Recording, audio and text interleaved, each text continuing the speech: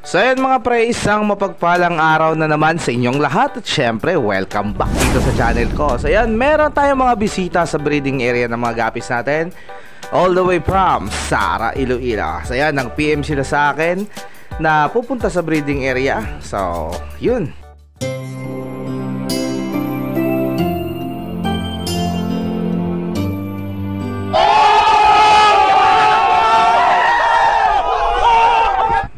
So yun na nga, tumitingin sila kung ano yung strain na gusto nilang bilhin.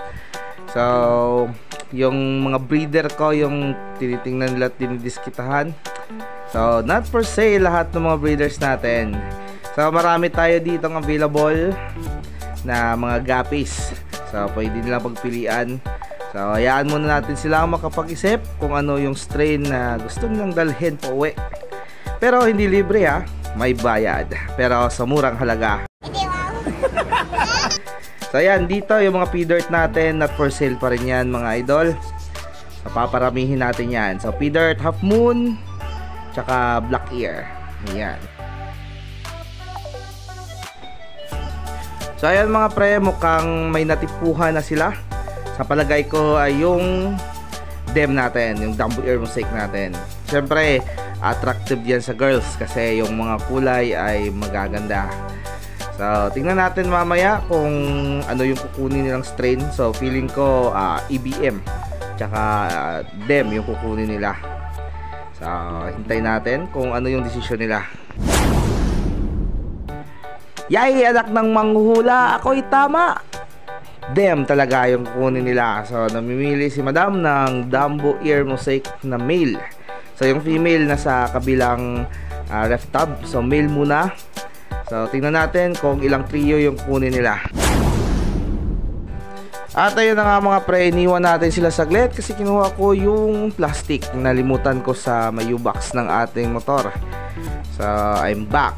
So siguro nakapagpili na sila ng kanilang mga guppies na bibilhin. So nandito na sila sa female section ng ating Dumbo Ear Mosaic. So yung isang kaibigan natin ay kukuha rin ng Dumbo Ear Mosaic. So namimili siya ng female, ng male. So ayan, diretso sa plastic. So hayaan natin siya kung yun yung makapagpapasaya sa kanya.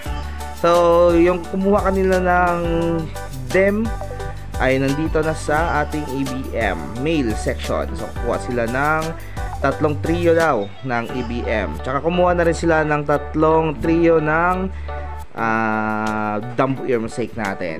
So ayan. So namimili sila ng male. So actually yung male ko dito ay konti na lang. Siguro nasa 50 pieces na lang yung nandito. Pero tatlong trio lang naman yung kukunin nila. So marami pa yung natira. So more or less kaya pa natin mag-out ng mga 50 trio.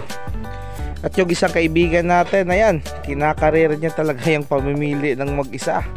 So concentrate talaga siya sa pagpili ng mga guppies na dadalhin niya. So ayan, hayaan ko muna sila na matapos sa pagpili ng male na EBM natin. So ayan, nandito na yung kaibigan natin sa female section ng ating Dumbo Ear Mosaic. At kukuha rin siya dito ng EBM. So kumuha siya kanina ng tatlong pair ng Dumbo Ear Mosaic. So ngayon kukuha siya ng tatlong pair ng EBM natin. Ayan. So magse-select na siya. So tapos na yung iba kanina. So kumuha sila ng tatlong trio ng EBM. So sa kanya tatlong pair lang. So dating gawi direct sa plastic. Ayan. So hayaan natin kung yun ang gusto niya. So at least kung sa plastic makikita niya yung katawan. Unlike sa lalagyan natin ay top view lang yung makikita. So yun mga pre, kumuha na rin nga pala sila kanina ng Japan Blue Gold Double Sword. So hindi ko na nabidyohan kanina yung pagkuha kasi nagpapak ako ng kanilang mga ibang gapi na kinuha. So ayun, pinipilit nila ako na kuha sila ng balloon mollies natin, pero talagang hindi pa natin to i-out kasi by June pa natin to i-out. Kaya sa mga kaibigan natin na nagtatanong, namimilit na bumili ng gold dust molly natin balloon, So hindi pa tayo nag-out. By June, kapag mayroon na tayong tubig, so mag-out tayo. Kasi siguraduhin natin, mag-select tayo ng mga gandang katawan at ika-quarantine natin bago natin ilabas sa market, para naman yung makakuha ay safe, tsaka walang sakit, at tsaka hindi na rin masayang yung kanilang mga investment. So yun mga pre, bilang po konsuelo sa pagpunta nila mismo dito sa breeding area natin, so kumuha ako sa gino-grow out ko na 3rd at saka 4th batch ng Gold Dust Balloon Molly. So ayan, kumuha lang ako ng 2 pair ng Gold Dust Balloon Molly natin, para naman hindi masayang yung effort nila sa pagpunta dito sa ating breeding area. So ayan mga pre, well packed na and ready to go na yung kanilang mga guppies. Ayan. So yung kaibigan nating isa kumuha ng 3 trio ng EBM, 3 trio ng Dumbo Ear Mosaic, tsaka 3 trio ng Japan Blue Gold Double Sword, 1 trio ng Silver Koi Guppy. Hindi ko na nabidyohan kanina. So yung isang kaibigan naman natin kumuha ng 3 pair ng EBM, 3 pair ng Dumbo Ear Mosaic. Ayan. At saka meron silang tig-1 pair ng Gold Dust Balloon Molly.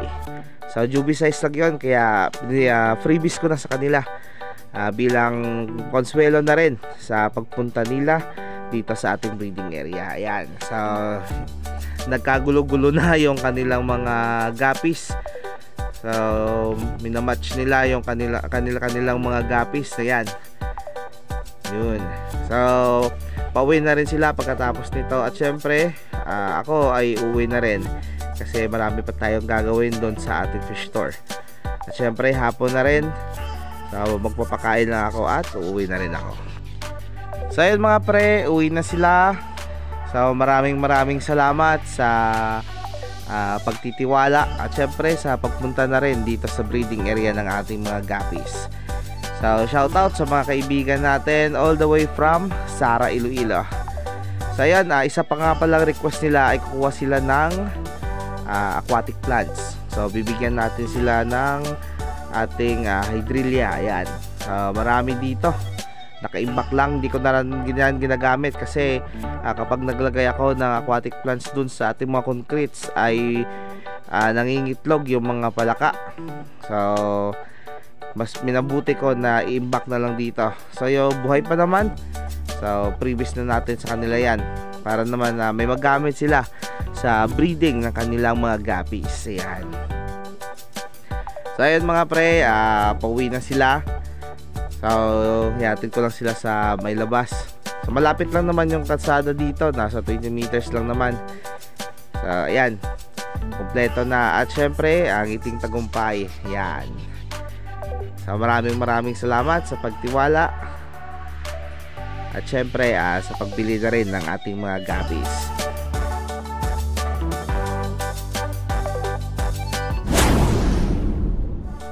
So ayun mga pre, nakapagpakain na ako sa kanila at syempre tatakpan ko na rin ulit sila ng kanilang mga net para naman hindi sila pasukin ng predator mamayang gabi. So ayun, marami pa tayo ditong Dumbo Ear Mosaic. Sa gustong umorder, so PM lang. So di pa tayo nag-ship outside Iloilo. So pero within Iloilo kaya natin i-ship. So ayun mga pre, maraming salamat sa patuloy na pag-support at panood ng mga video ko. So marami tayong mga video patungkol sa pag-alaga ng guppy at sana may natutunan kayo. So ayun mga pre, hanggang sa muling video, maraming salamat. God bless us all and bye bye.